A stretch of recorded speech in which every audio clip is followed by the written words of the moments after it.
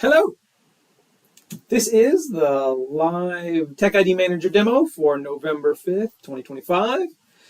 We're going to give it a second and make sure that all of the internet, fibers and wires and threads connect appropriately so that I am going to the places and people can hear me in the ways that they are supposed to hear me, that we have set up. Sometimes I'll turn on and we'll start this, and then one of those threads won't connect, usually because somebody's done something incorrectly or not right, and you won't get a connection. But now, as long as we get everything going where it's supposed to be going, and I get a thumbs up from our production staff in the background, then we'll start. Hey, we got not only one thumbs up, we got two thumbs up. So, without further ado or delay, welcome to the TechIDManager demo for November 6th, 2025. We're going to talk about TechIDManager, show you some of the features of it, talk about why you use different features in different circumstances. The demos we've done in the past, you can look them up on YouTube. If you want to see a demo from next month, you can also look it up on YouTube next month. They're all a little bit different. And this one, we're going to more specifically talk about the types of privileged account management that TechIDManager can do and why you would use these certain types. So TechIDManager is a product that does privileged account management for managed service providers. When a technician needs access to client infrastructure, TechIDManager makes, maintains, provides, helps find that account that the technician uses. We work with all the remote connection tools. We work with all the RMMs. It is a very tool-agnostic tool. Tool-agnostic tool that allows that account management to happen in the most secure and compliant manner that MSPs need. So what does the tool look like? This is the tool. This is the TechIDManager client. This client has in it the encryption, the ability to help technicians find and use accounts, and a bunch of different types of accounts provided for the technician by the agents, managers, and other things that make TechIDManager happen. There are a bunch of different types of accounts, and that's what we're going to cover today. The types of accounts and how and why use particular types of accounts. TechIDManager can make a technician an account in a Mac machine, in a Windows machine, in a domain, in Entra ID, and more places to come. It can make and maintain those accounts in multiple different ways. We can make unique accounts for each technician, set rights and manage those appropriately. We can do shared accounts where a certain group of technicians all get access to certain accounts and others get access to different accounts. We can also do these accounts managed so that they are always available. They can be used online or offline, whether the client machine is online or offline. We can also do these accounts just in time. So the account only exists when the technician enables it, and it's automatically disabled after a period of time. That's a lot of options that you can layer in different ways. So we're going to go through and look at some of those. These icons on the side, on the far left here, they indicate the types of accounts that I, as a technician, can see in TechIDManager here. Basic case. The simple place where we started was like the cybertechid.com account. We can see this icon means it is a domain account, and this icon means it is a unique account. This is the most common deployment. This is where we started as a tool, and we've grown from there. This makes, on a domain, every technician their own account.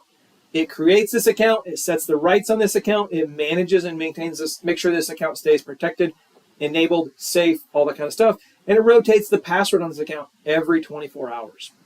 It uses asymmetric encryption to encrypt those credentials and send them to just the technician that needs them, so that in transit, nobody can see them. And stored on our infrastructure, nobody can read them. Stored on your technician's computer, nobody can read them. Only when the technician authorizes they get decrypted with their decryption key on their own device can they be seen.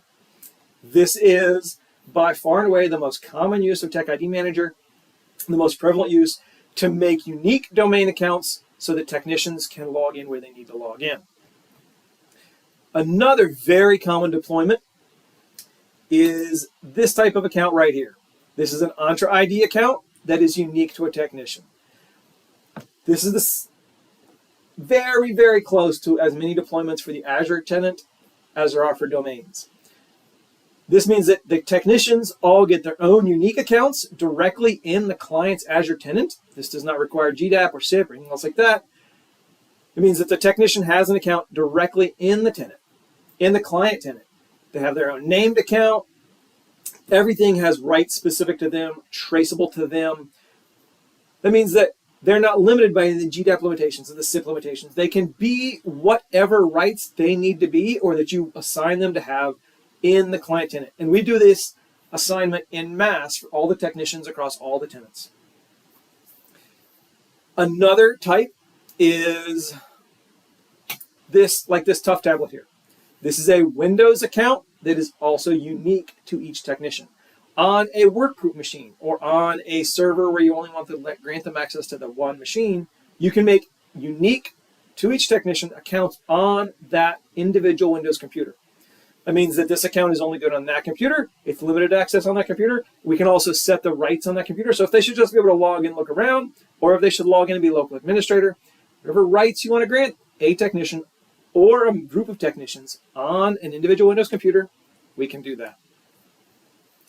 We can also do Mac accounts that are unique to a person on a Mac. That means that on the Mac, this technician, TechIDManager made an account for them. They log in with whatever rights they want to have on that Mac, or you grant them on that Mac, and they use it. This particular account that you can see here for Martin's Mac Mini, this is a Mac account unique to a person that is also a just-in-time account. It is currently disabled. This account is only enabled when I, as a technician, request it to be enabled. It only stays enabled for a certain amount of time. We can see that we can also do just-in-time on Azure accounts here. This 𝗦𝘁cie_𝗽 account is unique to me, and it's also just-in-time. When I want to use this, I click Enable. As a technician, I just click Enable. Sometime in the next 60 seconds, that account will be enabled.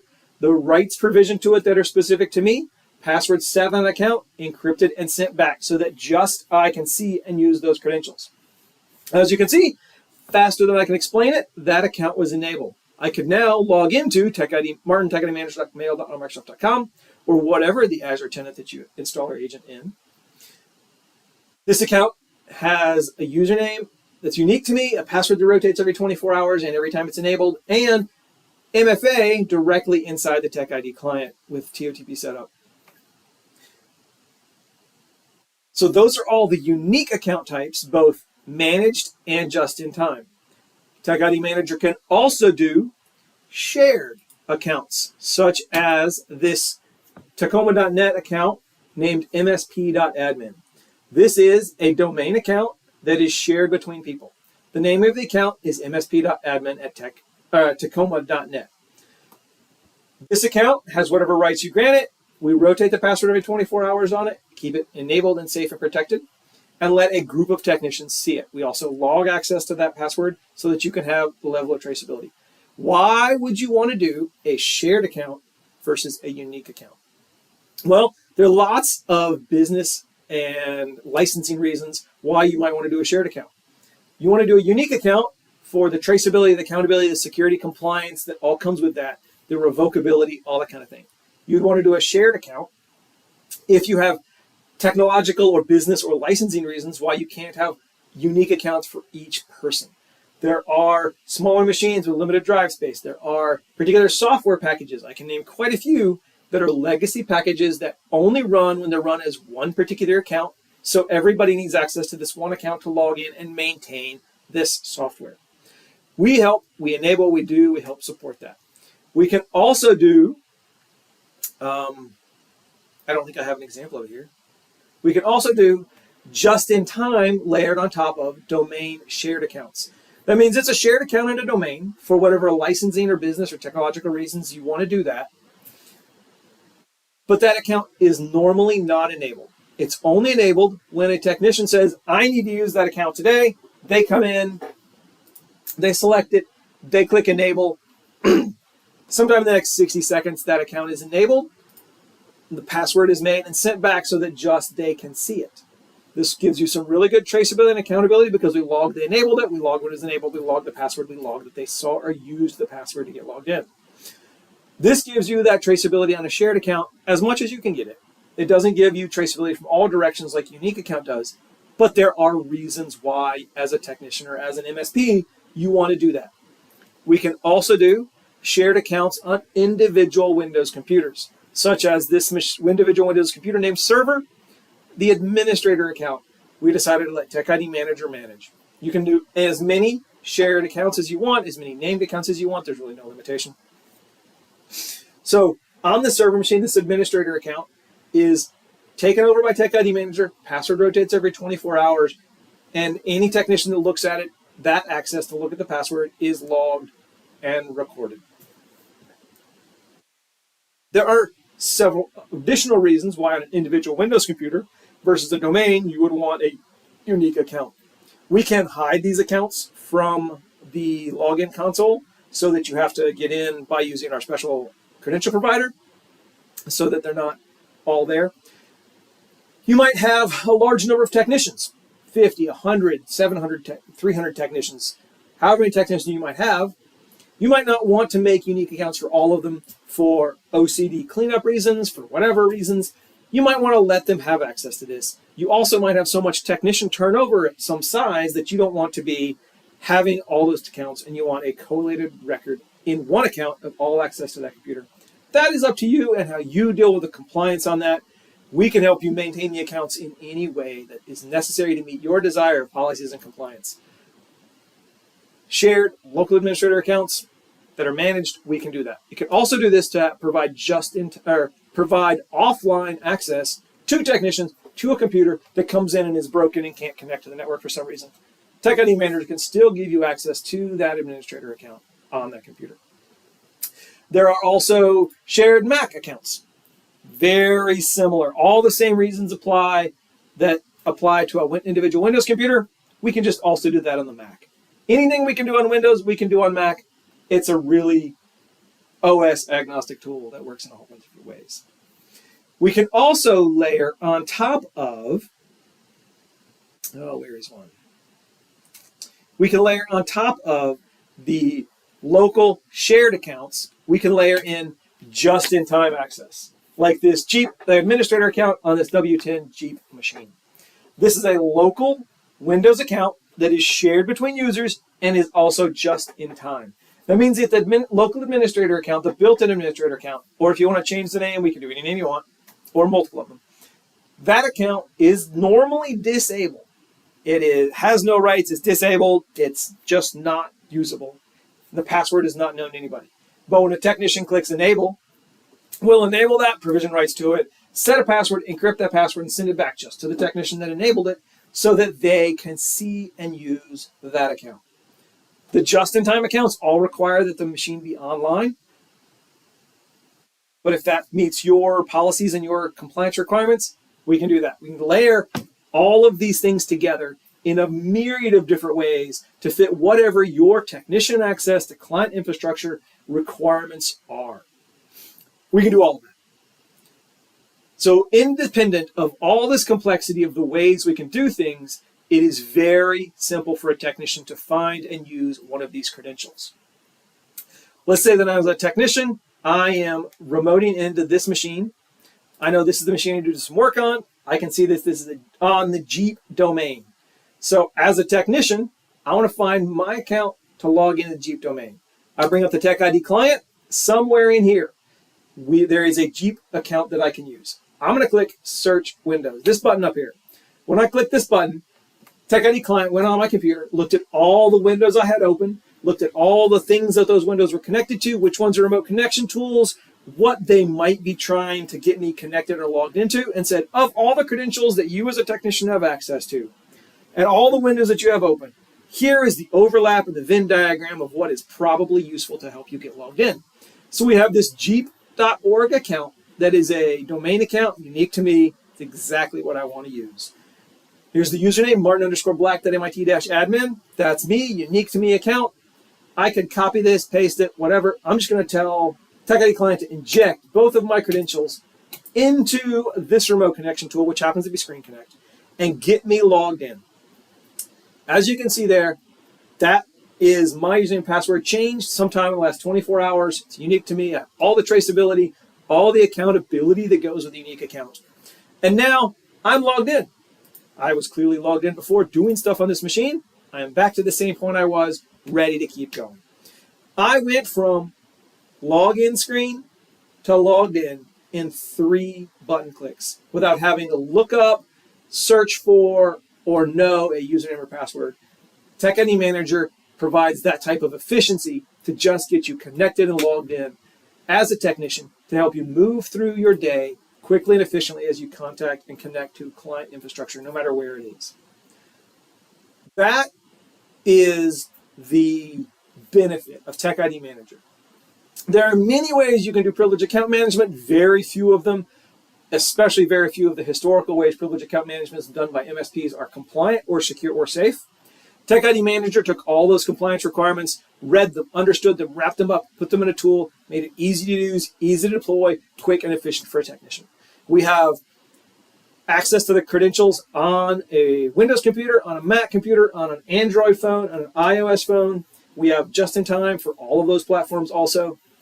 We have a very mature and complete tool to give technician access to client infrastructure, no matter what type of infrastructure it is. Because we are dealing with all these credentials and passwords, we also have, to help technicians out, one place to go to get all the passwords and credentials. We have a password vault, and we have a shareable password vault for technicians that work at MSPs. We have lots of options with these: full-featured password vault, full-featured private password storage, all available for MSP technicians to help them do whatever client network, client infrastructure access they need. We have this all over. That is a broad level, top high-level overview of the different types of accounts that TechIDManager can do today.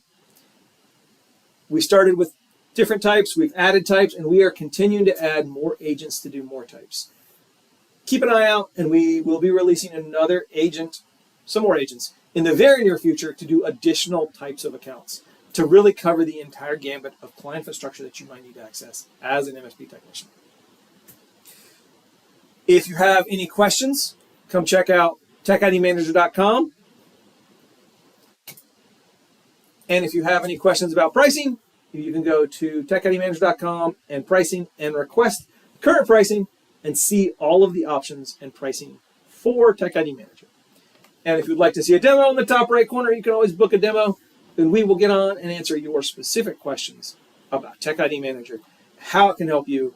We will review your current privileged account management usage and tell you ways that we think it can be better, whether that ends up using our tool or someone else's tool. We'll help you work through all of that. All right? That concludes this form of the demo for TechIDManager. Last month was a different type of demo, so you can always go back on YouTube and look that up and find it. And next month, we're going to cover we will demo a different area of the product. Great having you all here. Look forward to hearing from you. Like I said, TechIDManager.com, book a demo and talk to us directly. Have a great day.